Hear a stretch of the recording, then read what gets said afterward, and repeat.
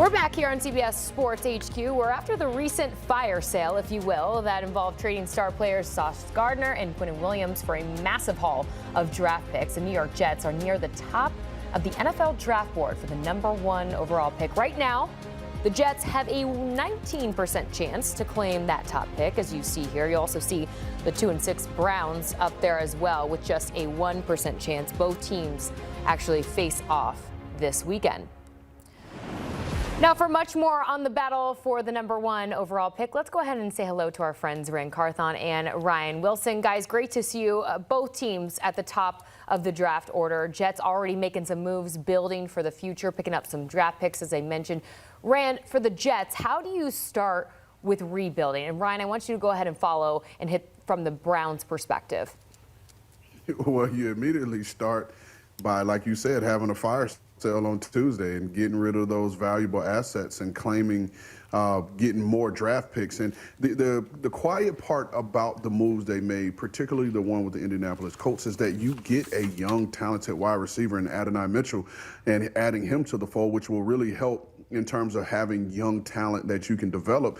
But then if they finish at the top of the draft, whether it's the first pick or the second round, or the second pick, excuse me, in each following round, they're going to have picks just as high. So they'll be able to pick, you know, the cream of the crop, so to speak, at the top of every round. So it's going to be ugly. It's going to be hard.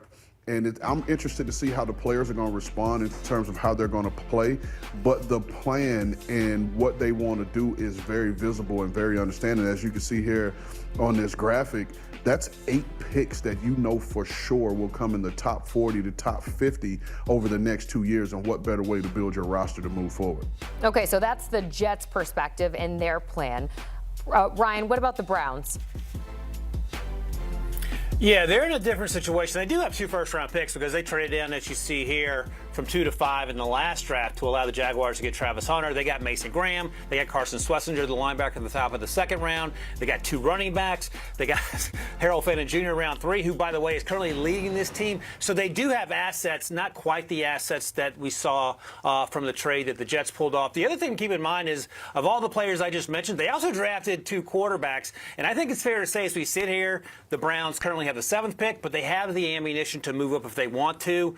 And I would be hard-pressed to think of a scenario where they don't draft a quarterback in the first round 168 days from now when the draft actually is. Rand and I actually did a podcast a few days ago, and Rand had the Browns trading up for a quarterback. So that's something to keep an eye on as we get through this process, should they not find their way higher into the draft order. But I think quarterback, just like the Jets, is going to be top priority for the Cleveland Browns, because you can have 21 Hall of Famers on your roster. If you don't have a quarterback, you're not going to play a lot of January football. All right, let's go ahead and look at this bigger picture in terms of the quarterback situation right now for the Jets, rather than just this weekend, because it's getting pretty interesting. Ryan, do you see the Jets heading in the same direction, or maybe should they, that the Lions did with Jared Goff, trade for a quarterback, build around him, or do they maybe look in this quarterback draft class? Yeah, and you could argue, and Ray and I have talked about this before, that's one of those rare trades where both teams won. Matthew Stafford went to L.A. Jared Goff came over to Detroit. Stafford has a Super Bowl ring, but Jared Goff is one of the best quarterbacks in the NFL. But the question, Jordan, then becomes, who is that guy? Because you could look at Pittsburgh, and the Steelers have Aaron Rodgers at 41 years old. He is not at the level of Matthew Stafford in his mid-30s, or Jared Goff a little bit younger than that. And where is that guy going to be available? Kirk Cousins isn't that guy anymore either. And what the good thing about doing something like that, if you can identify the player and convince the other team to trade them, is that you know the quantity that you're getting, especially in the case of Matthew Stafford or in the case of Jared Goff. You know that you have the players and the coaching staff around him to lift him up to another level, and we saw that.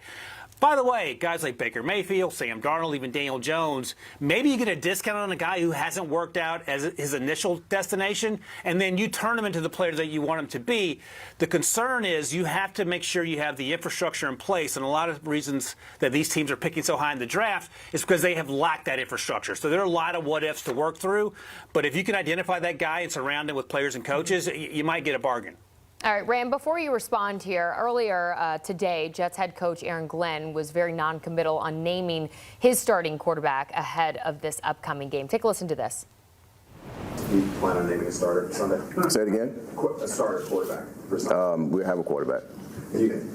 All right, so just follow up on that. Either you're not going to tell us Fields or Taylor. We have a quarterback. All right, Ran, your thoughts?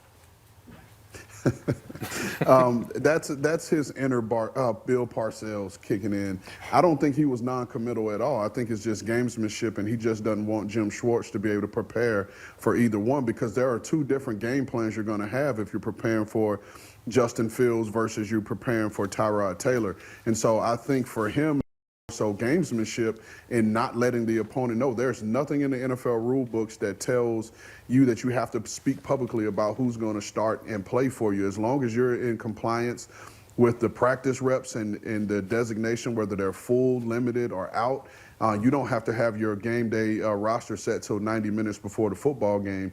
And even then, you don't have to tell people who's starting for you. So I think that was a little bit of Aaron Glenn channeling his inner Bill Parcells and showing some gamesmanship. Make Jim Schwartz prepare for both of them. Yeah, I'm not sure at the end of the day if it really matters, given how decimated this team is, especially on defense now, whether it's Justin Fields or Tyrod Taylor. The other thing I'll point to Rand's larger point, is that we just heard John Mateer admit that he told the Chipotle dude that he was going to play in the Red River rivalry. They were trying to keep that quiet. It was like, no, I don't know who's playing. And meanwhile, Chipotle guy's out there blasting all the information all over the internet. So, better safe than sorry. We've seen AG do this before earlier this season, and I think it's sort of fun. He is not obligated, as Rand pointed out, to tell the media anything other than what's required by the league. And whether it's Justin Fields or Tyrod Taylor, we'll find out Sunday. And I don't think Myles Garrett cares either, by the way. He can sack anybody, so you can roll out whoever you want to. Joe Namath all the way down to Tyrod Taylor, and Myles Garrett will probably be fine. Well, both the Jets and the Browns need some help when it comes to the quarterback position. Both rank you guys at the bottom in terms of passing yards this season. Let's switch gears now to the Browns. Rand, if you're not seeing what you want from Dylan Gabriel right now, should we expect a Shedeur Sanders sighting at any point this season? Personally, I think that we will see a Shedeur Sanders at some point. I think they just want to give Dylan Gabriel a full opportunity to prove what he can do. And at this point, I mean, for them to be able to pick a quarterback, as we see here with Ryan's mock draft, he had them taking Ty Simpson at pick number 2. In order for them to know who they're going to take at pick 2, you need to know who's in your building. And we, at some point, need to see Shedeur Sanders in a real game. So I think at some point we'll see that. But I think the part that no one is talking about, because of the record of this football team, is they have a formula to win football games if they just allow it to happen.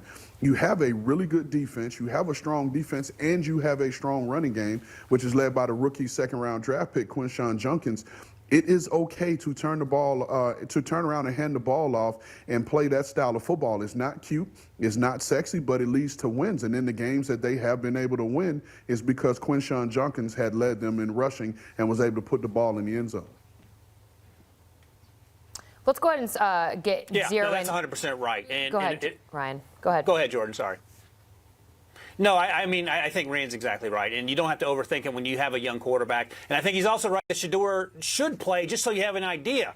That mock draft that we just saw, Tyler Shuck is currently the starter, the 40th overall pick rookie. He will probably get replaced if the Saints have the first overall pick. And if the Browns love one of these quarterbacks, you have to play out of your mind if you're a third or fifth round pick as a rookie to keep that job, because there's so much uncertainty and so much relies on the quarterback position. But in the meantime, run the ball. Run the ball and let the running backs do the heavy lifting for you, and rely on your defense is a formula to win when you don't have a franchise quarterback under center.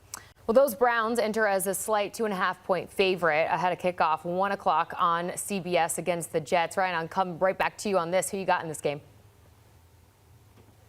The Browns, because as Rand noted, they have a great defense, and Jim Schwartz is going to get after it. I do give the Jets credit for running the ball in their last win, their only win, their last game against the Bengals, and that made life easier for Justin Fields. But this is going to be a different situation than facing the Bengals. That's like going up against a bunch of Pee Wee football players and a bunch of Hall of Famers defensively. So I think the Browns are going to win this. It probably won't be fun to watch if you're offensive minded, and the score will probably be close. But I think the Browns find a way to eke this out. Yeah, Jordan, and I'm going to go with the Browns as well. Like I said, their defense is really strong. Myles Garrett is on pace to break records this year. I think if he has 2 more sacks the rest of the season, he'll be the first player in NFL history to have 12 sacks in 6 consecutive seasons. The last guy who did it was Lawrence Taylor, and he did it in 5. But if you look at this game just from a statistical standpoint, Cleveland ranks dang near at the bottom of every offensive category, whereas when they're matching up against this Cleveland defense, they're almost in the top 10 in those categories. Now, I will say that the Jets have lost 5 games by 7 points or fewer, which came as a surprise for me as I was doing the research. But I also think the Browns and their run game will be a bit much, and I don't know how how the Jets are going to score points, so I'm going to go with the Cleveland Browns. I'm glad you mentioned Myles Garrett. Those young Jet tackles have their work cut out for them this weekend. 1 o'clock kickoff between the Jets and Browns. Gentlemen, great to see you here live on CBS Sports HQ. You can catch all the highlights and analysis from that game and all of the Sunday slate on Game Day Recap every Sunday night, 8:20 Eastern Time.